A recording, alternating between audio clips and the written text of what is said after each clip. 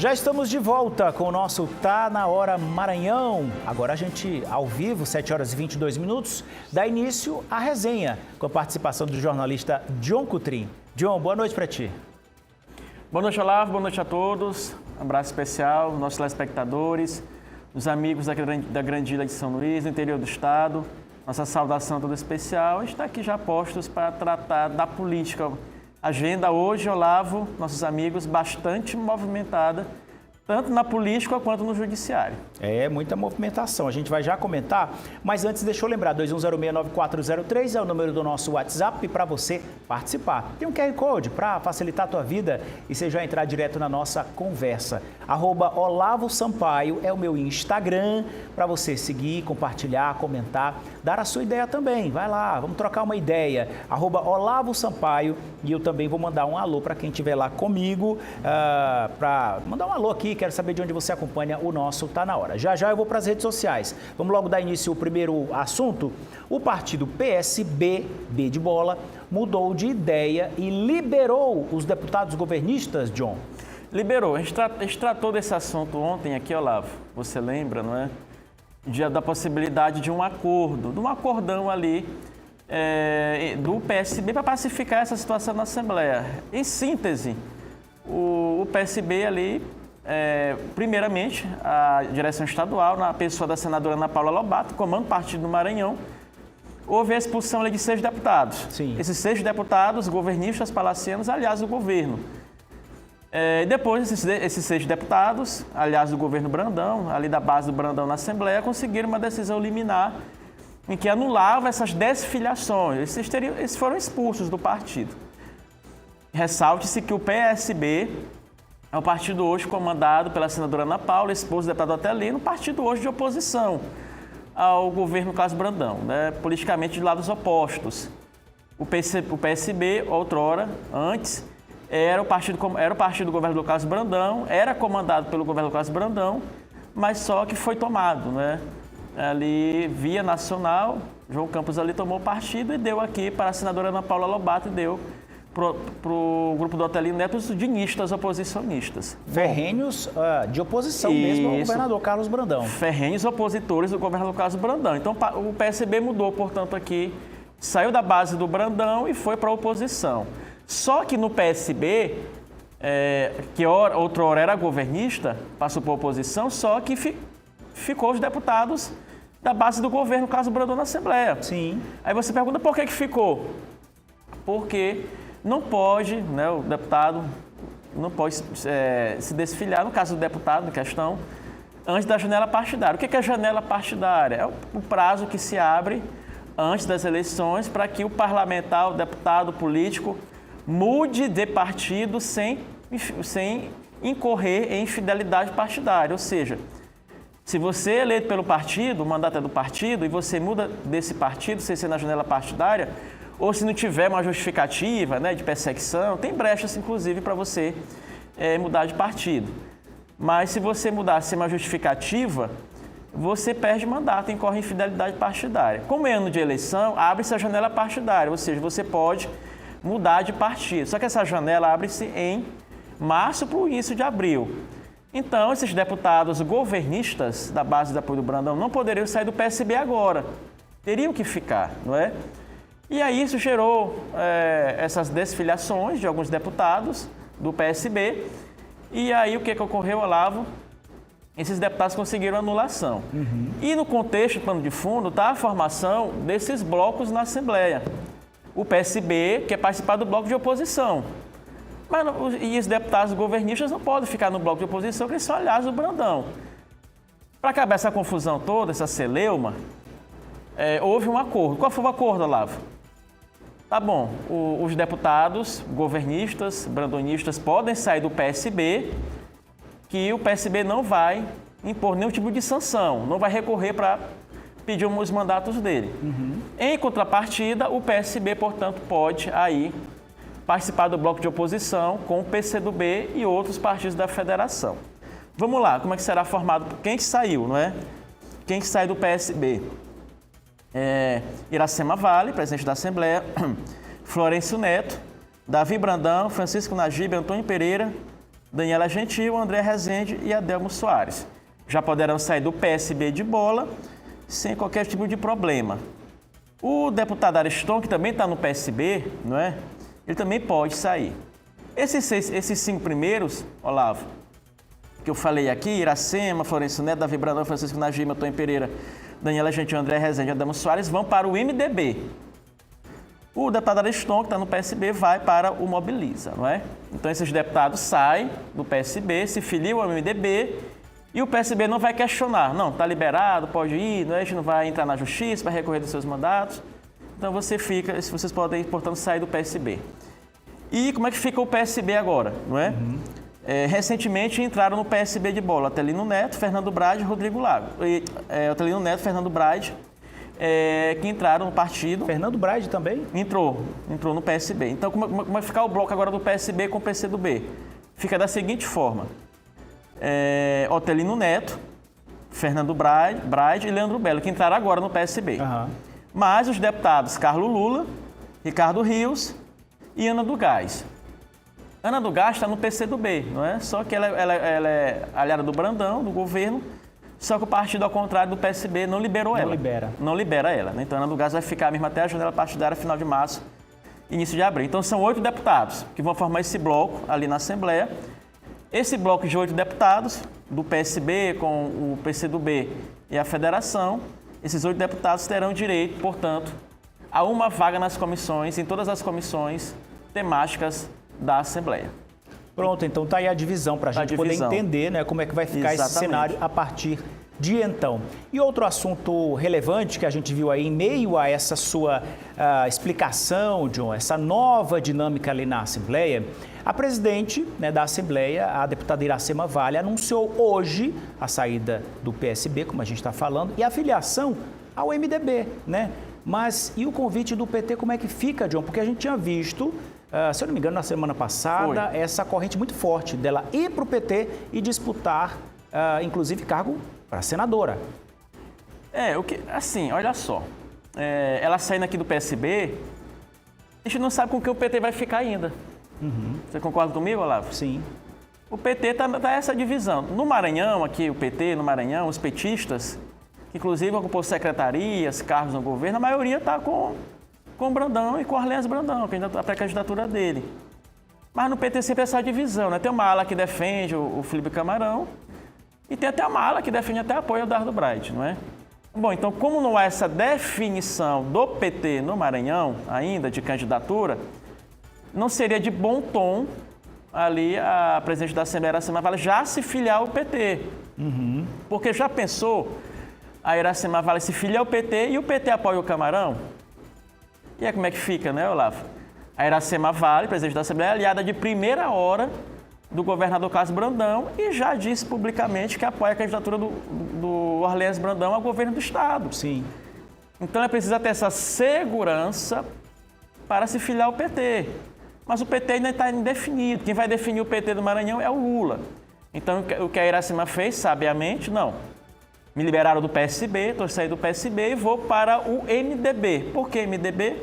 Porque hoje é um partido de controle, que está na órbita de controle. Está mais segura, né? Está mais seguro ali do governo do Estado, né? É o partido ali que é o partido liderado, comandado por quem? Pelo próprio Arlenz Brandão. O MDB, é o presidente, né? Que é o presidente do MDB. O Arlenz Brandão é o presidente do MDB. Então ela vai para um partido que vai dar segurança para ela por enquanto. Então a Iracema Vale sai do PSB, vai para o MDB. Pode ir para o PT? Pode. Mas desde que ela só vai quando o PT definir, não é? O PT vai ficar com quem? Com Orleans? Então a Iracema pode ir para o PT. Ela já foi do PT. Aí se falou da Iracema Vale de se candidatar ao Senado, né? Há essa possibilidade. Pode se candidatar a deputada federal, pode ser vice-governadora. Reeleição também, né? Exatamente. Ou reeleição de deputado estadual. Ela já disse que está à disposição do grupo. O que o grupo decidir, a Iracema Vale vai acatar. Pode ser vice-governadora, pode ser senadora, pode ser governadora, pode ser deputada estadual ou federal. Isso vai ser definido. Mas ela fica, por enquanto, se filia no MDB e vai aguardar o PT se definir aqui no Maranhão. Né? O PT que é essa confusão todo ano, é isso mesmo, Olavo? É normal essa divisão. Tem o chamado encontro de tática, nos encontros do PT, aquela coisa toda. Já houve intervenção no PT no Maranhão, que definiu apoio pelo Flávio, houve uma intervenção que acabou indo com o Grupo Sarney, com a Rosiana. E agora também está dividido. Alguns acreditam que o PT fica com o Camarão, não é? Até porque forças supremas, né? Os dinistas têm uma relação muito próxima com a direção do PT e o Lula não iria contrariar essa força suprema, não é? Por outro lado, outros acreditam não, que o PT vai com o Carlos Brandão, que o partido está bem contemplado aqui no Maranhão, não é? Está bem aqui em Oiá, está nas secretarias e pode fazer parte da chapa do próprio Orleans Brandão, de senador ou de vice, né? O PT, a gente sabe, prioridade do PT é eleger senador em todos os estados. Então isso ainda vai ser definido. Quem bate o martelo final, Olavo? Presidente Lula. E eu acredito, pelo que eu estou vendo, a gente vê as movimentações que o partido vai seguir dividido, seja governista ou não. Por quê? Porque teve reunião com aliados, com petistas, com o governador Carlos Brandão e também tem uma ala significativa do partido que quer caminhar com o Felipe Camarão, que é o vice-governador do Maranhão, filiado ao PT. Eles estão tentando formar que é a frente de esquerda, não é? Que seria PT, PSB, né, que a gente acabou de falar do PSB, Sim. Rede, PSOL, não é? A Federação PV, PCdoB, né? E PV. Não é? Essa seria a coligação que chama de Frente da Esquerda Democrática de Esquerda, não é? Que teria o Camarão como candidato a governador, incluindo o PT. Essa possibilidade, há essa possibilidade, não é? Mas também há a possibilidade do próprio PT e a federação também com o Orleans Brandão. E até se fala, por exemplo, se o Camarão não for candidato e o PT ficar com os dinistas, até de um apoio ao Eduardo Braide, não é? Não que o Eduardo Braide esteja articulando isso, não é isso. O Eduardo Braide não está articulando isso, mas por não ter opção, a gente sabe, né, que essa turma dinista não vai apoiar, por hora, não há acordo de apoiar o Orleans. Então eles seguiriam com uma candidatura do Braide. Né? Os dinistas seguiriam com uma candidatura do Braide. Mas isso vai ficar para depois do Carnaval, porque o Lula ainda vai sentar com o Brandão. O Lula quer o Brandão candidato a senador e quer o entendimento dele com o Camarão. Pacificar o negócio. Pacificar o negócio. Só que não está difícil pacificar, porque primeiro, viu? O Brandão já disse, segunda-feira, candidato é Orleans. Não foi isso que ele disse? Foi. E o Brandão disse, eu vou me sacrificar pelo grupo, não é? Para salvar o grupo. Ou seja, fica até o final do mandato, não disputa para senador, que o Brandão teria uma eleição praticamente garantida de senador, 8 anos de senador. Ninguém abre mão de 8 anos de senador. Tem gente que ainda acha, viu, Olavo, que ele vai pensar bem, rapaz, eu não vou abrir mão desses 8 anos de senador. Olha o que o Zé Reinaldo fez, não é? Abrir mão de ser Não conseguiu mais se eleger a nada, né? Pois é. Hoje é secretário do Brandão, inclusive, né? Do Estado. Está na política, mas não conseguiu se reeleger. Hoje não tem mandato. Zé Reinaldo não tem mandato, exatamente. Então, não é todo mundo que abre mão de de um mandato de senador de 8 anos. Mas o Brandão disse que está disposto a se sacrificar pelo grupo dele e apoiar o Orleans e ficar até o final do mandato. Mas o Lula vai tentar ainda pacificar essa situação. E o próprio governador Carlos Brandão disse, tem um óbice, né, que é o Camarão, que diz que não sai. Não sai. Que renuncia de vice-governador. Porque qual era a estratégia? Antes, tudo bem, eu saio, Lula, para disputar o Senado, Olavo. Mas o Camarão também sai, né, para disputar ou senador ou federal, alguma coisa. E aí nós fazíamos uma eleição indireta pela Assembleia e elegeríamos, né, o Brandão, elegeria um aliado dele para governar o Estado, nesse mandato tampão, e com a estrutura ajudar a candidatura do Orleans. Né? Só que o Camarão já disse, eu não saio da vice-governadoria, não preciso renunciar para me candidatar a nada. Então, o Brandão disse, se ele não renuncia, eu também não renuncio e não tem acordo. Né? Então, essa situação aí, Olavo, está difícil de resolver essa equação complexa, não é? Mas eu diria que as chances são remotas, mas não é nada impossível. Eu diria que falta uma palavrinha que é fundamental, confiança. Nem o Brandão confia no Camarão, nem o Camarão no Brandão. Por quê? Porque você acha que ele vai sair para disputar o Senado? Como é que ele vai ter o apoio do Palácio dos Leões, contar com isso? Porque você viu que teve esses embrólios todos e acho bem complicado o Felipe Camarão, sentado na cadeira, pudesse dar sobrevida para esse grupo como o governador Carlos Brandão faz essa leitura, né? O governador Carlos Brandão deu uma entrevista à revista Veja e falou isso. Uhum. Que não confia no grupo que está no entorno do Campo Felipe Camarão. Por isso que ele não sai, não é? Que não confia no grupo. Está falando dos dinistas, né? Obviamente, claro. não é? Que ele não confia para... Talvez não seja nem tanto pelo Camarão, mas mais pelo grupo do entorno dele. Pela turma ali, né? Exatamente. É o que o Brandão diz, né? Fala aí que não tem confiança, como você falou, Olavo, né? Em relação a essa questão. Deixa eu mandar aqui um alô para o Zequinha Bassi, está acompanhando o nosso programa no YouTube. Obrigado, acompanhando o Dedeco Cabral também. Valeu, Dedeco. Obrigado, valeu, brigadão pela audiência. Flávio de Assis Pacheco, ele disse que, né, eu diria que falta. Pois é, a confiança, Flávio, a confiança ali acho que já foi quebrada há muito tempo. O Denis, o Israel, a Elidiana e, só para encerrar aqui nessa parte agora, a Nilde Ribeiro, que acompanha sempre o nosso programa. Muito obrigado. A greve dos rodoviários entrou no seu 6º dia, mas hoje os ônibus do sistema semiurbano voltaram a circular, né? A gente deu ontem aqui essa informação. Pela manhã, alguns rodoviários foram até a Câmara e por lá teve vereador questionando por que a Procuradoria do município não busca a Justiça para cancelar a concessão das empresas de ônibus, esse imbróglio todo. Vamos conferir como foi a fala do vereador. Eu não estou nem discutindo a questão trabalhista. Eu estou discutindo o sistema de transporte público de São Luís. As empresas não estão prestando bom serviço? A Procuradoria do município é a voz jurídica da prefeitura que ingressa com a ação da justiça cancelando a concessão e propondo uma nova licitação. A primeira pergunta, senhor presidente, senhores vereadores, cadê a ação da Procuradoria-Geral do município solicitando a justiça comum? Não é justiça trabalhista. Justiça trabalhista se discute convenção. Os trabalhadores estão reivindicando o direito deles. A justiça do trabalho, que é o fórum apropriado. Mas a prestação do serviço, que é o cerne da discussão, ela é feita no âmbito da justiça comum, a justiça civil. E olha, John, eu estou tendo informações aqui de gente que está reclamando e falando aí de medo que os empresários estariam colocando medidas, impondo medidas, inclusive de corte, de demissão por justa causa, uma série de situações que a categoria está reclamando, mandando informações e falando, né, pedindo o apelo da justiça para que não sejam, para que não haja esses extremos, né, de desligamento, de justa causa. Enfim, a gente vai seguir acompanhando uma situação complicada, hein, John? Essa situação do transporte público, aliás, já se arrasta há vários anos. Quando é que a gente vai ter uma nova licitação, John? O ex-secretário Maurício Tapari deu uma entrevista e ele disse que demorou 6 meses, olha só, 6 meses reunindo dados para o processo de caducidade. O que é o processo de caducidade? Rompeu o contrato com essas empresas aí que atuam no sistema de transporte de São Luís.